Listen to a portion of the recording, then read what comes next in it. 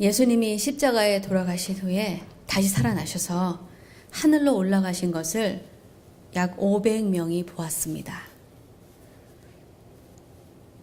그런데 그 500명 중에 120명만이 예수님이 말씀하신 것처럼 흩어지지 아니하고 한 곳에 모여서 기도하고 있었습니다. 그 부활하신 예수님을 본 증인들이 예루살렘에서 시작해서 온 유대와 또 사마리아와 유럽 전역 그리고 북아프리카, 인도까지 복음을 전했습니다. 그런데 네로 황제 때부터 기독교인에 대한 박해가 심해졌기 때문에 기독교인들은 카타콤이라고 하는 시외곽에 주로 위치한 지하 공동묘지에서 예배를 드렸습니다. 사진을 보여드리겠습니다. 저 사이사이에 죽은 사람들이 들어있었던 곳이고 지금 저것을 깨끗이 다 파내고 소독을 해서 관광객들이 볼 수 있도록 그렇게 해놓은 지하 카타콤 무덤입니다.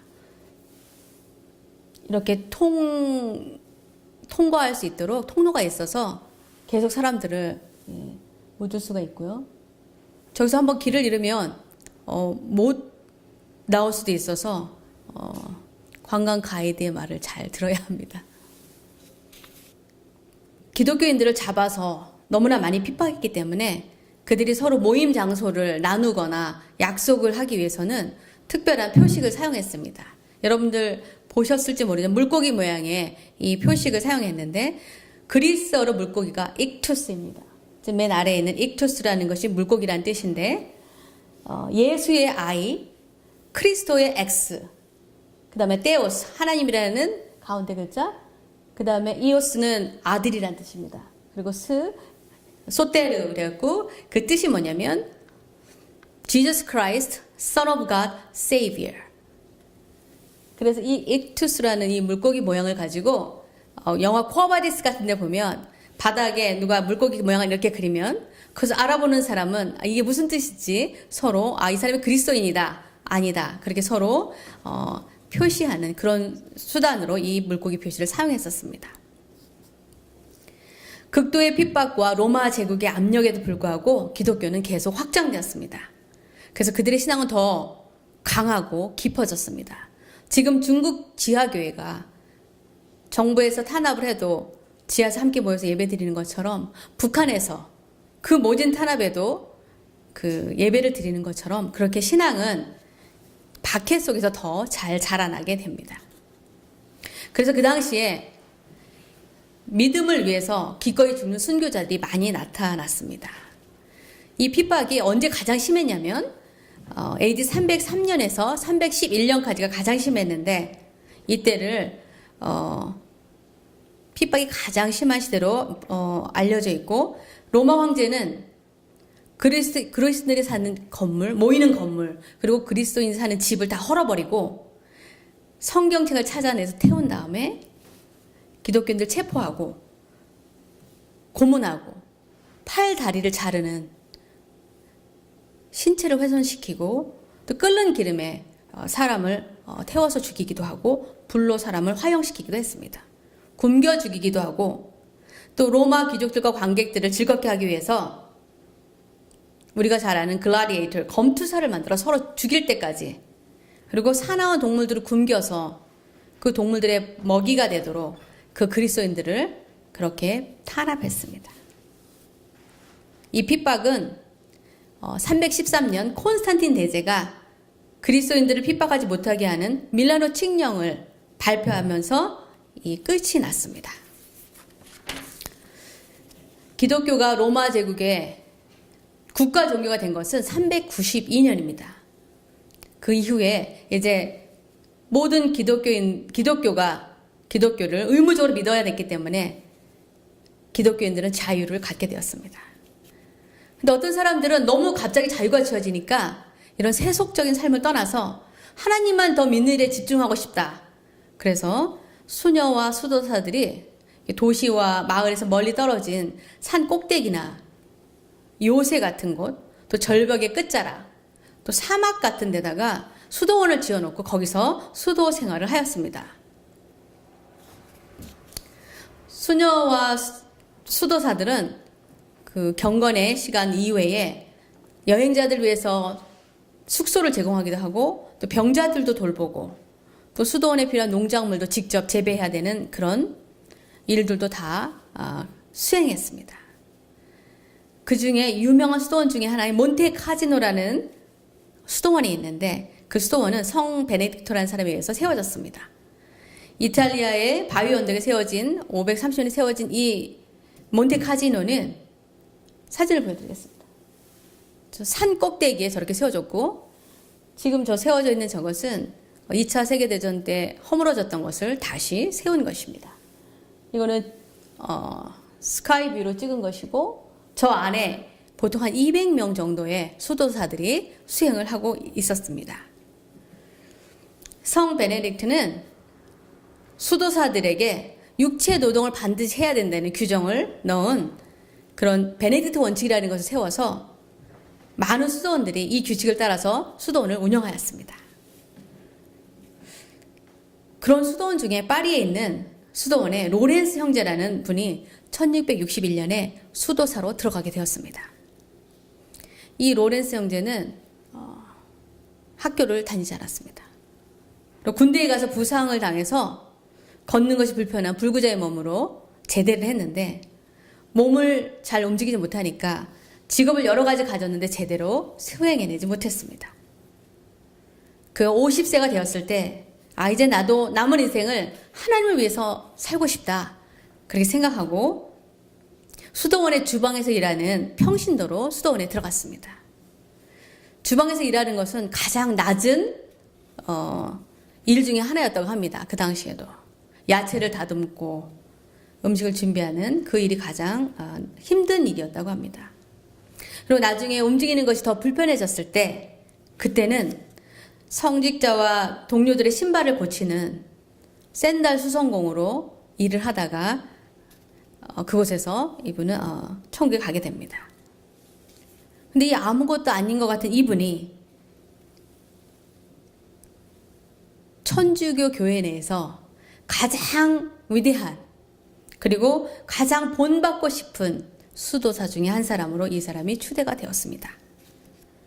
왜냐하면 그분이 자기의 모든 삶 속에서 기도를 통해서 하나님의 임재를 경험하는 삶이라는 그런 분으로 유명했기 때문입니다. 그분이 쓴 책 하나님의 임재 실천이라는 책이 있는데 이 책은 기도에 관한 공부를 할 때 반드시 읽어야 되는 필독 도서로 알려져 있습니다. 그는 일상에서 하는 모든 일에서 하나님의 임재를 늘 경험한다고 합니다. 그가 처음 주방에서 일하기 시작했을 때 하나도 즐겁지 않았습니다. 힘들고 어려운 일을 통해서 하나님 나를 훈련시키시는구나 그렇게 생각하고 힘든 일들을 그냥 받아들였는데 어느 날 그가 하는 모든 일을 하나님의 사랑에 기초해서 하기로 결정한 다음부터 그가 일하는 태도가 달라지게 되었습니다. 그 로렌스 형제 주위에 있던 사람들이 로렌스에게 분명 무슨 일이 생겼구나 라고 알게 되었습니다. 왜냐하면 삶의 태도가 완전히 바뀌었기 때문에 그렇습니다. 수도원에서 가장 힘든 일을 하는데 너무 행복해하고 기쁨으로 다른 이들까지 몸도 불편한데 기꺼이 섬기는 모습을 보면서 주변 사람들이 그 원인에 대해서 물어보았습니다. 도대체 무슨 일이 있었던 것인가? 그때 그가 이렇게 대답합니다. 자기 자신에게 주어지는 일을 하는 동안에 무엇을 하든지 하나님을 생각하면서 그 일을 했다고 합니다. 몸이 불편하지만 힘들 때마다 하나님께 기도하면서 하나님 도와주시옵소서. 그리고 하나님께 집중하면서 하나님 옆에 계신 것처럼 그렇게 하나님께 집중하면서 자기의 감정 하나하나를 하나님께 대화하듯이 얘기했다고 합니다. 하나님 지금은 이렇습니다. 하나님 정말 이런 것이 필요합니다. 그렇게 연습을 통해서 그가 하나님의 임재 안에서 살게 되는 것을 터득했기 때문에 많은 사람들이 그의 자문을 구하기 시작했습니다. 그래서 그는 그의 별명이 부엌의 성자라고 불립니다. 그는 유명한 종교 지도자도 아니었고 신학적 지식이 있는 종교인도 아니었고 그가 하나님께만 집중하고 기도하는 삶을 통해서 하나님의 임재 안에 날마다 거하는 삶을 살게 됐기 때문에 우리도 그런 삶을 배워야 합니다. 왜냐하면 그분처럼 그렇게 매 순간 하나님과 함께하는 삶을 사는 것은 너무 어렵기 때문에 그렇습니다. 오늘 성경 말씀은 빌립보 교회에 보낸 바울의 편지입니다. 우리가 잘 아는 것처럼 빌립보 교회는 사도 바울이 유럽에 세운 최초의 교회였습니다. 바울이 터키 북부 쪽으로 선교하러 가려고 했는데 성령님께서 그의 계획을 막으시고 그에게 마게도니아 남자가 와서 도와달라고 하는 환상을 보여주셨을 때 바울이 그 환상에 순종하고 그곳에 가게 됩니다. 그곳에서 리디아라고 하는 옷감 장사 여인을 만나고 그 여인이 바울의 설교에 감동을 받고 그 일행을 자기 집으로 초대하면서 그곳에 처음으로 교회가 세워졌습니다. 그 빌립보 교회는 사도 바울을 위해서 기도와 후원을 아끼지 않았고 바울이 감옥에 갇히게 되니까 에바브로디도라는 사람을 보내서 바울을 돌봐주도록 합니다. 사도 바울이 이 편지를 쓸 때 바울은 감옥에 있었습니다. 오늘 4절에서 5절 말씀에 주 안에서 항상 기뻐하라. 내가 다시 말하노니 기뻐하라. 너희 관용을 모든 사람에게 알게 하라. 주께서 가까우시니라. 바울이 이렇게 기쁨을 강조했기 때문에 이 옥중서신을 기쁨의 편지라고도 부릅니다. 사도 바울은 빌립보에서 전도할 때 매를 많이 맞고 투옥되었는데 하나님 원망하거나 후회하는 대신에 감옥에서 찬송가를 불렀습니다. 그가 그런 상황에서 찬양하자 지진이 나고 옥문이 열리고 또 죄수인 바울이 도망간 줄 알고 책임 추궁을 받을까봐 두려워서 자살하려고 하던 간수를 전도해서 우리가 잘 아는 사도행전 16장 31절에 유명한 말을 하게 됩니다.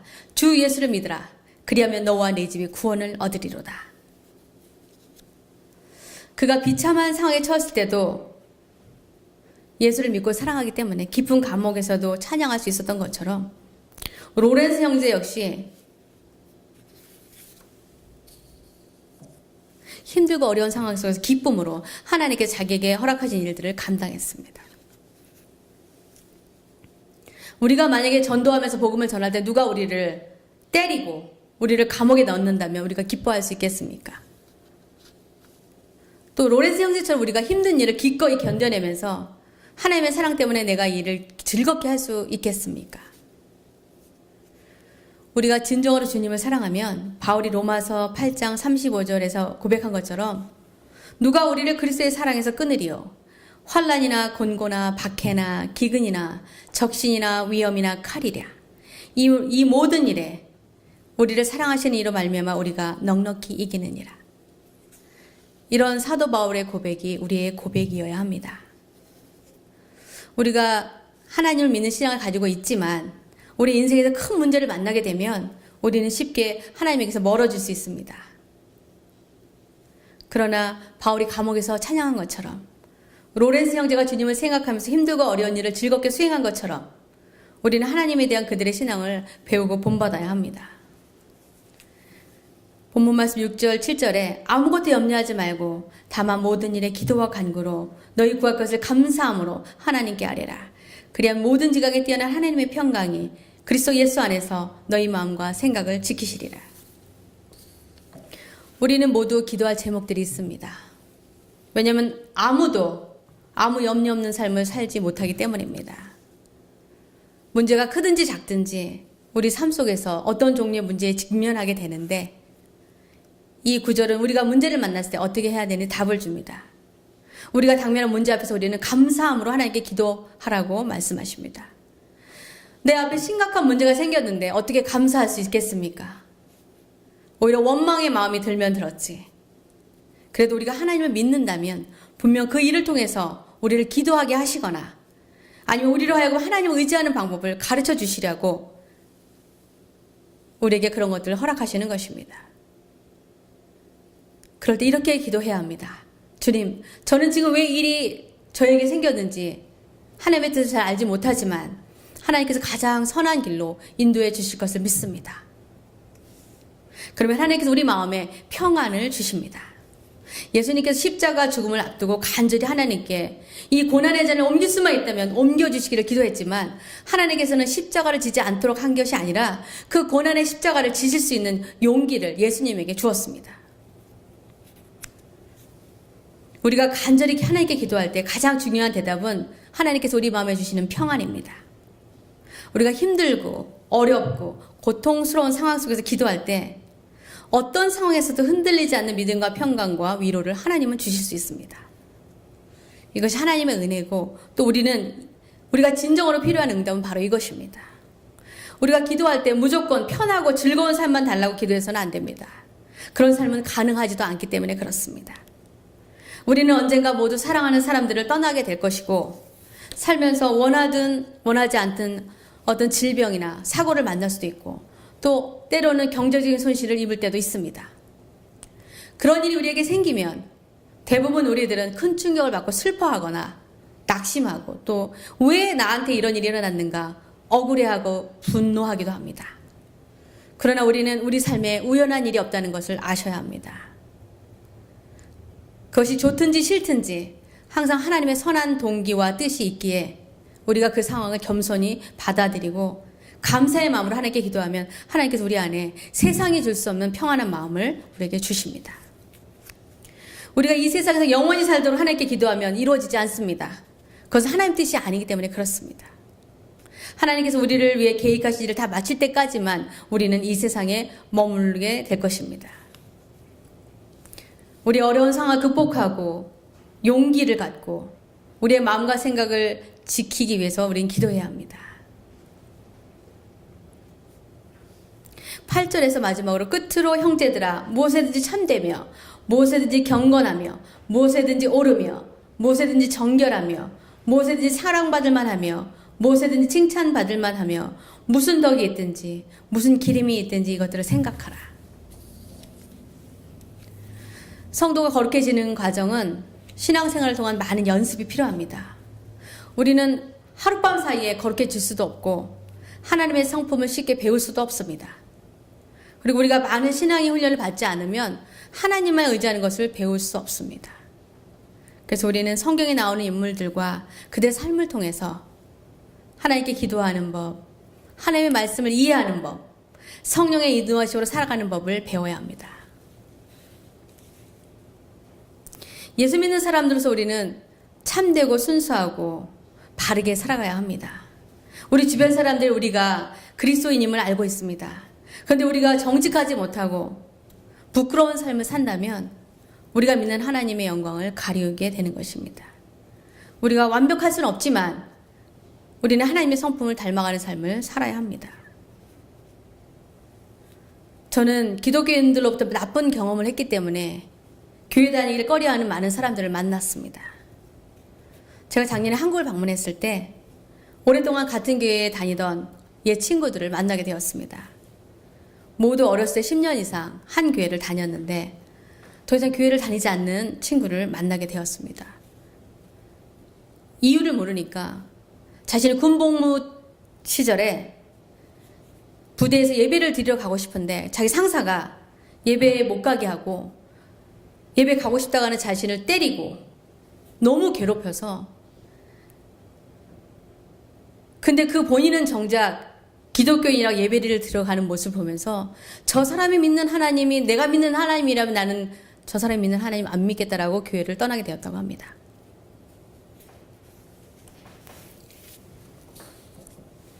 참으로 안타까웠습니다. 예수 그리스도를 따르는 사람으로서 우리는 하나님을 믿을 때 매우 조심하면서 믿어야 합니다. 마태복음 18장 6절에서 7절에 이렇게 말씀하십니다. 누구든지 나를 믿는 이 작은 자 중 하나를 실족하게 하면 차라리 연자맷돌이 그 목에 달려서 깊은 바다에 빠뜨려지는 것이 나으니라. 실족하게 하는 일들이 있으므로 말미암아 세상에 화가 있도다. 실족하게 하는 일이 없을 수는 없으나 실족하게 하는 그 사람에게는 화가 있도다. 누군가를 하나님에게서 떠나게 한 책임을 하나님은 엄중히 물으시겠다는 것입니다. 사도 바울은 오늘 9절 말씀에 이렇게 자신 있게 이야기합니다. 너희는 내게 배우고 받고 듣고 본 바를 행하라. 그리하면 평강의 하나님이 너희와 함께 계시리라. 우리는 다른 사람들에게 우리에게 배우고 듣고 본 바를 행하라고 자신 있게 말할 자신이 있습니까?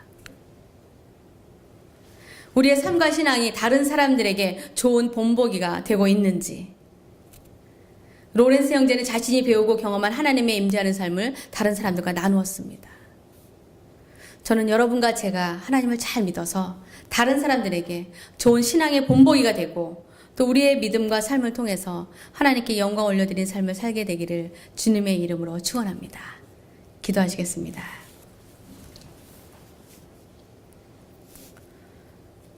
사랑의 아버지 하나님 감사합니다. 하나님, 저희들 이 세상 살아가면서 그리스도인으로서 부끄러운 삶을 살아가지 않도록 저희 생각과 삶을 지켜주시기를 기도합니다. 혹시라도 저희의 부족한 모습 때문에 누군가 교회를 떠나거나 하나님을 떠난다면 하나님께서 그 책임을 물으신다 말씀하셨사오니 아버지 하나님, 저희들의 행동을 조심하게 하시며 늘 말씀 앞에 또한 기도로 우리 자신을 되돌아보며 하나님의 영광을 가리우는 삶 살지 않도록 하나님 붙들어 주시옵소서. 로렌스 형제처럼 정말 매일매일 우리가 무엇을 하든지 기쁨으로 하게 하시며 열심히 하게 하시며 내가 힘들고 어려운 시간을 지난다 할지라도 주님께서 내 곁에 나와 함께 하심을 믿고 기꺼이 하나님의 뜻을 이루어드리는 저희들 삶이 되어지게 해주시옵소서. 귀한 말씀 감사드리며 예수 그리스도의 이름으로 기도하옵나이다. 아멘.